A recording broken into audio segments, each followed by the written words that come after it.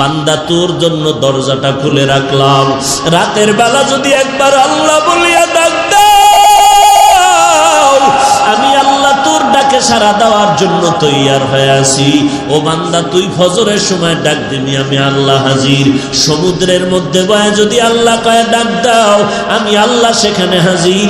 জঙ্গলের মধ্যে বসে যদি বান্দা ডাক দাও, সেখানেও আমি হাজির। কারণ আমি আল্লাহ তোরে আদর করে বানাইছি, তোর মা তোরে আদর করে বানায় নাই, তোর আব্বা তোরে আদর করে বানায় নাই।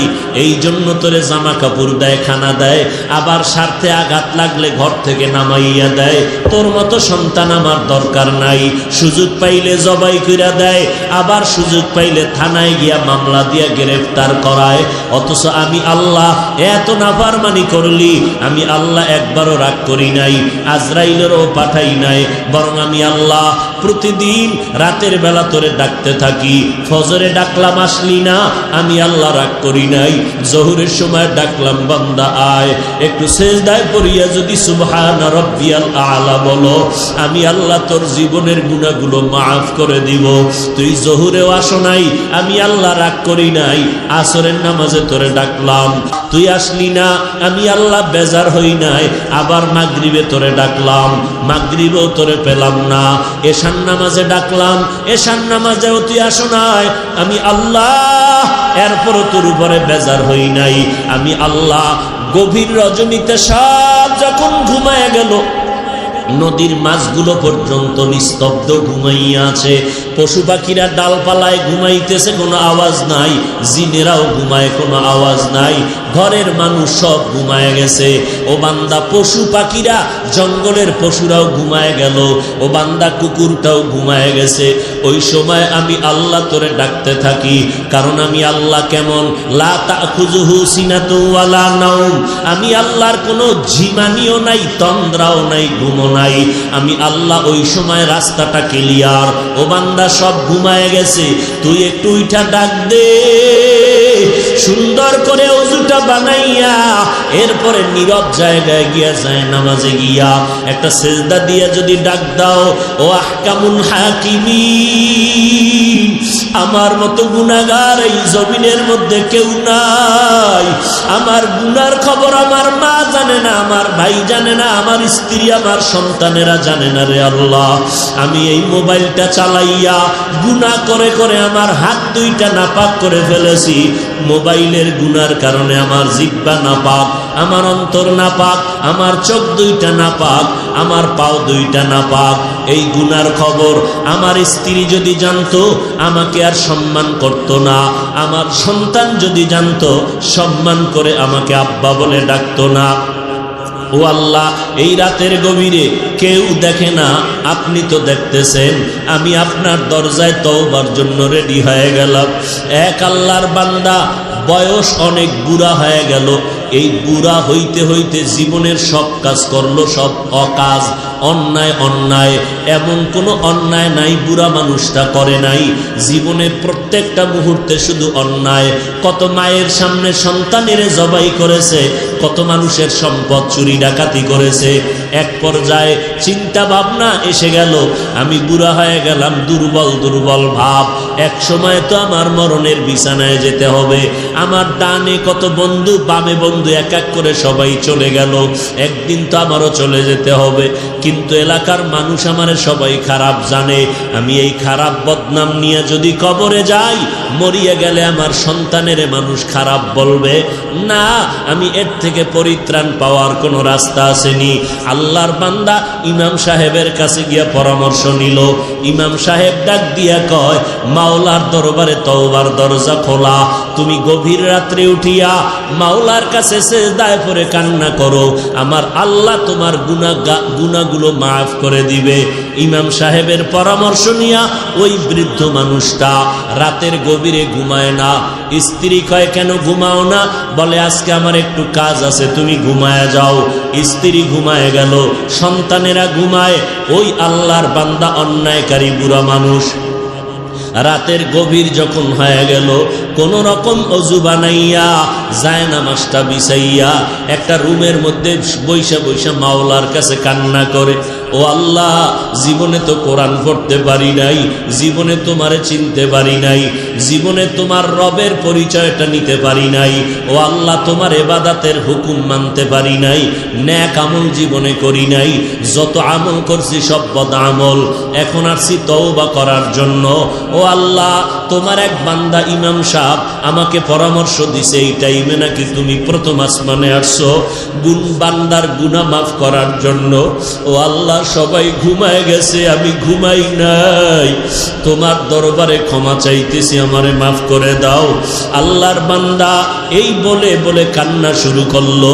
কান্নার আওয়াজটা শুধু বাড়তেছে বাড়তেছে, এমন বাড়া বাড়লো স্ত্রী সজাগ হয়ে দেখে স্বামী যায় নামাজে বসে কান্না করে। হঠাৎ গায়েবী আওয়াজ, এই বুড়া, কান্না করে লাভ নাই, তোর নামটা জাহান্নামীদের খাতায় লেখা হয়ে গেল, এখন আর কান্না করে কোনো লাভ হবে না। ওই বুড়া মানুষটা আবার জোরে জোরে কান্না শুরু করলো। এক পর্যায়ে পেছন দিক দিয়া বিবি ডাক দিয়া কয়, স্বামী আমার, তুমি আওয়াজ পাও নাই? তোমার নামটা জাহান্নামীদের খাতায় লেখা হয়ে গেল, তোমাকে আল্লাহ জাহান্নামের আগুনে জ্বালাইবেন, তুমি আবার কান্না করো কেন বলো? এবার আল্লাহর বান্দা বুড়া মানুষ গুনাহগার কান্না করে ডেকে বলে, ও বিবি বলো, কান্না বন্ধ করে কোথায় যাব? নতুন কোন দরওয়াজা আছে নাকি নাজাত পাওয়ার মতো? বলে নতুন কোনো দরওয়াজা নাই। বলে তাহলে এই দরওয়াজায় বসছি, এই দরজা থেকে ফিরিয়া যাব না। কান্না করা আমার কাজ, ক্ষমা করবেন কি করবেন না সেটা মালিকের কাজ, আমি কান্না বন্ধ করব না। এই বলিয়া বান্দা আবার যখন কান্না শুরু করলেন, ইয়া আল্লাহ, তুমি আমারে মাফ করে দাও, আমার গুনাহ মাফ করে দাও, আমি আর জীবনে গুনাহ করব না, অন্যায় করব না, নবীর তরিকার বাহিরে চলব না, মা বাবার সাথে বেয়াদবি করব না, নবীর সুন্নতের জবাই করব না, মানুষের উপরে জুলুম করব না, আল্লাহ তুমি মাফ করে দাও। লোকটা হাউমাউ করে যখন গভীর রজনীতে কান্না করে, হঠাৎ আবার নতুন করে গাইবি আওয়াজ, ও বান্দা কান্না বন্ধ করে দাও, তোমার নামটা এখন জান্নাতীদের খাতায় লেখা হয়ে গেল। এর এলাকার মুসলমান যুবক, ও পর্দার আড়ালের আম্মা জানেরা, ও বৃদ্ধ বাবাজি, কয়দিন আর দুনিয়ার রং তামাশা। এই জীবনে অল্প বয়সে কত যুবকের লাশ কবরে রাখলাম, কত যুবকের দাফন কাফন করলাম, কত জানাজার নামাজ পড়াইলাম, এমন একটা দিন নাই যে মরণের খবর নাই। ও বান্দা, কয়দিন আর বাঁচবা? এই মহামারী করোনায় কত মরণের খবর আর খবর। ওই অন্ধকার কবরে যেদিন ডাক আসবে, 2 ফোঁটা চোখের পানি ছেড়ে দেখো, একটু চোখ দুইটা বন্ধ করে 1 মিনিট ভাবো, আজকে আমার ডানে বামে কত বন্ধু, কত ছেলে সন্তান, টাকা পয়সা, বাড়ি গাড়ি। বিপদের খবর পাইলে সবাই দৌড়ায়, কিন্তু চোখটা বন্ধ করে 1 মিনিট যদি ভাবিয়া দেখো, রে বাবা, এখনই যদি আমার মরণটা হয়ে যায়, আমার আপন সন্তানের আমার গায়ের গেঞ্জিটা বেলেট দিয়া কেটে কেটে রেখে দিবে, ওই বাজার থেকে 3টা দুর্বল সাদা কাপড় নিয়ে আসবে, আমারে গরম পানি দিয়ে গোসল করাইয়া এরপরে বাগানে কবরের মধ্যে নিয়ে যাবে জানাজা পড়াইয়া। ওই কবরে যখন আমাকে রাখবে, আমি আলেম না মূর্খ, ধনী না গরিব, কাপনে লেখা নাই, ওই কবরে যাওয়ার পর কেউ আমার সঙ্গে যাবে না, আমার মা, আমার বাবা, আমার ভাই, আমার বোন, এত বন্ধুরা কই? এখন তো সব আমার বাসবাগানে রাইখা সবাই চলে গেল। ওই কবরে এখন 2 জন ফেরেশতা কবরে আসবে প্রশ্ন করার জন্য। 3টা প্রশ্ন আমাকেও করবে, আপনাদেরও করবে। 1, রবের পরিচয় দাও, 2 নাম্বার ধর্মের পরিচয় দাও, 3 নম্বরে রহমাতুল লিল আলামিনের পরিচয় দাও। তুমি কয় টাকার মালিক, মাওলানা না মুফতি সাহেব, ডাক্তার না রোগী, তাও জিজ্ঞাসা করবে না। এই তিনটা প্রশ্ন সবার বেলায় রেডি। নবী বলেন যারা জবাব দিতে পারবে তাদের কবর হবে রওজাতুম মির রিয়াজিল জান্নাহ, আর যারা জবাব দিতে পারবে না তাদের কবর হবে হুফরাতুম মিন হুফারিন নার। জবাব দিতে কারা পারবে? আমরা বক্তা পারবো, গ্যারান্টি নাই। টুপিওয়ালা পারবো, গ্যারান্টি নাই। ওরে গ্যারান্টি যদি থাকতো আমলওয়ালা সাহাবায়ে কেরাম কেন মরণ পর্যন্ত কান্না করলেন? অতএব আল্লাহর বান্দারা, তবে আশা করা যায়, নবী বলেন দুনিয়াতে যারা রবের গোলামি করবে, কবরে গিয়ে আল্লাহ তৌফিক দিলে জবাব দিবে রব্বি আল্লাহ, আমার রব কেউ না, একমাত্র আমার আল্লাহ। দুনিয়াতে যারা ইসলাম মেনে চলবে, কবরে গিয়া জবাব দিবি দীনিয়াল ইসলাম, আমার ধর্মের নাম ইসলাম। দুনিয়াতে যারা নবীর সুন্নাত অনুযায়ী চলবে, কবরে গিয়া নবীকে দেখা মাত্র চিনে ফেলবে। আল্লাহ গাইবি আওয়াজ দিয়া বলবেন, ও ফেরেশতা, আমার বান্দাকে আর বিরক্ত না করিয়া এখনই কবরে বেহেশতের বিছানাটা দিয়া দাও, জান্নাতের সাথে রাস্তা খুলে দাও। 3.5 হাত কবর বড় বালাখানা বানাও, আমার বান্দা এখন আরামে ঘুমাবে, কিয়ামত পর্যন্ত কেউ ডিস্টার্ব করবে না। পক্ষান্তরে নবী বলেন যারা রবের গোলামি করবে না, ইসলাম মানবে না, নবীর সুন্নতের আমল করবে না, এরা কবরে যাওয়ার পরে 3টা প্রশ্ন যখন হবে, তখন এই নাফরমান বেনামাজি গুনাহগারেরা বলবে, হা হা লা আদরি, আফসুস আফসুস, আমি কিছুই জানি না। আল্লাহ রাগান্বিত হইয়া সাথে সাথে আওয়াজ দিয়ে বলবেন, ও ফেরেশতা, এই নাফরমানের আর কোনো সুযোগ দিও না। আমি আল্লাহ দুনিয়াতে কম সুযোগ দেই নাই। আমার দেওয়া পানি বাতাস, আমার দেওয়া সূর্যের আলো চাঁদের আলো ভোগ করলো, আমার দেওয়া নদীর মাছ গাছের ফল জমিনের ফসল খাইয়া এই নিমক হারাম একবারও আলহামদুলিল্লাহ বলে নাই। ওলামায়ে কেরাম পায়ে ধরে ধরে নামাজের দাওয়াত দিত, আজান শুনিয়া বান্দা মসজিদে যায় নাই। এখন আর সুযোগ দিও না, এখনই কবরের জাহান্নামের বিছানাটা দিয়া দাও, কবরের সাথে জাহান্নামের সাথে রাস্তা বানাইয়া দাও। একটা না, দুইটা না, 70 থেকে 99টা সাপ কবর এসে ভরে যাবে।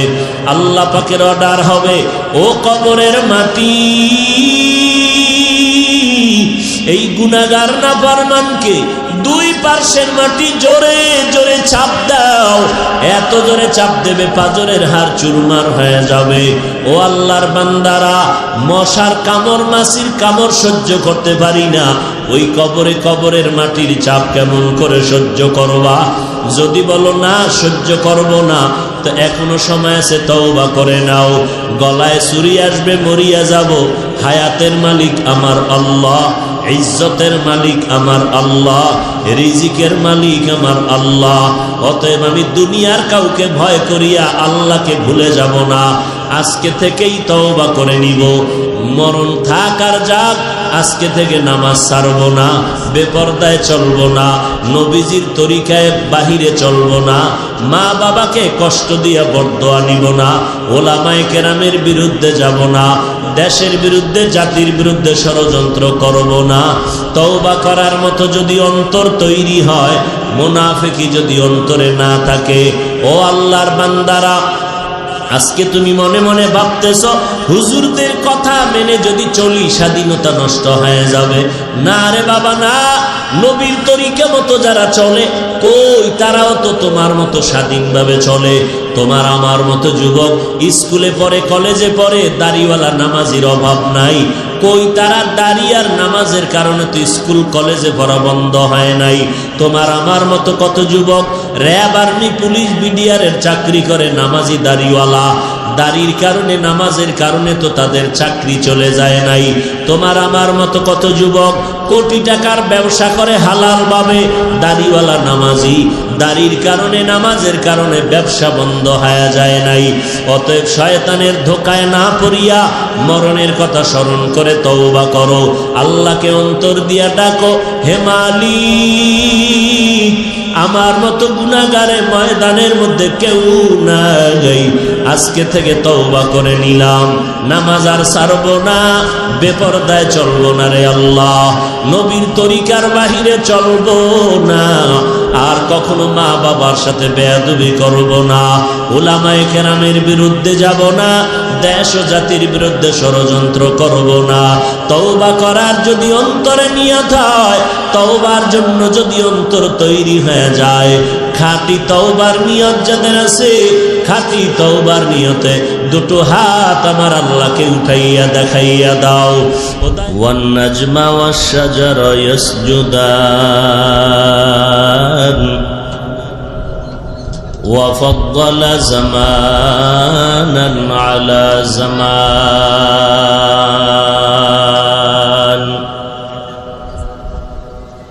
كما فضل مكانا على مكان وإنسانا على